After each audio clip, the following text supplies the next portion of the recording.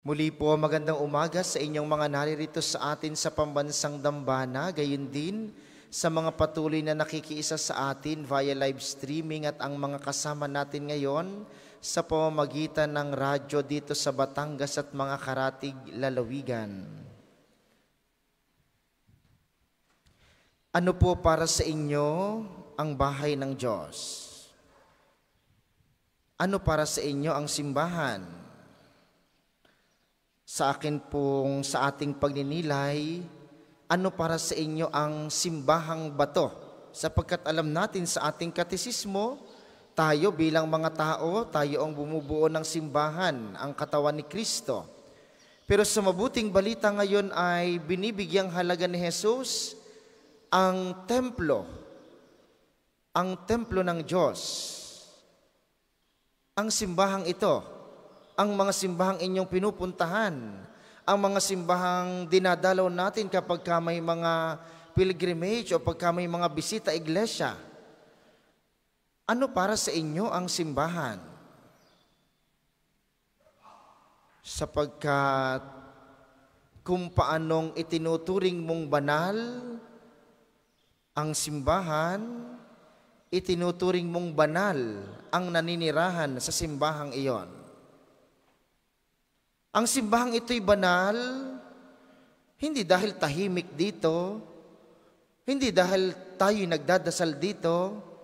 Ang simbahang ito'y banal dahil ito'y bahay ng Diyos.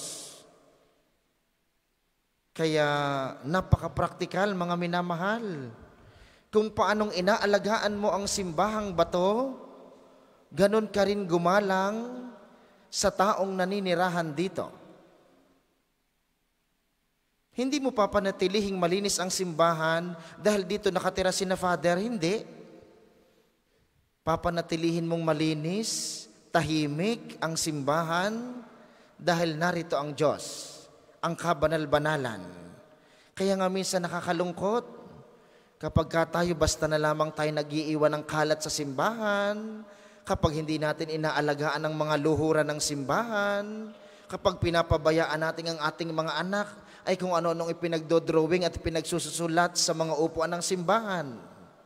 Bakit?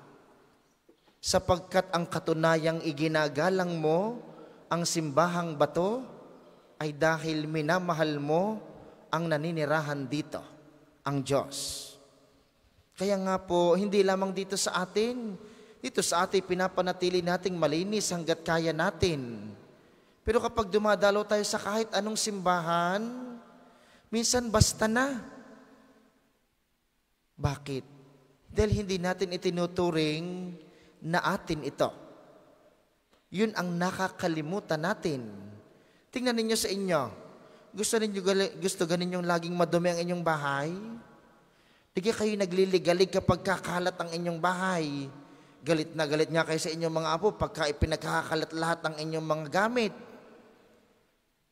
Ay kung itinuturing natin na tayo'y bahagi ng pamilya ng Diyos at ang Diyos na naninirahan dito'y Kanya ang simbahan po'y atin. Ito'y ating tahanan. Kaya nga lahat ay welcome sa bahay na ito eh. Wala namang sinabi ang Diyos na ang pwede lamang pumasok dito ay yung mababait. Hindi, lahat welcome sa bahay ng Diyos. Bakit? Dahil ito'y bahay natin. At kung ito'y bahay natin, pangangalagaan natin ang bahay na ito. Papanatilihin nating malinis. Magbibigay tayo ng tulong upang ito'y ating maisagawa. Ganun po ang pag-aalaga ng simbahan. Pero sa mas malalim na pagpapagninilay, ang simbahan ng Diyos, ang templo ng Diyos, ay ang bawat isa sa atin. Paano mo inaalagaan ang iyong puso? Ang templo ng Diyos. Sabi ng katisismo, sa diwa ng binyag, ang bawat bininyagan ay naging templo ng Espiritu Santo.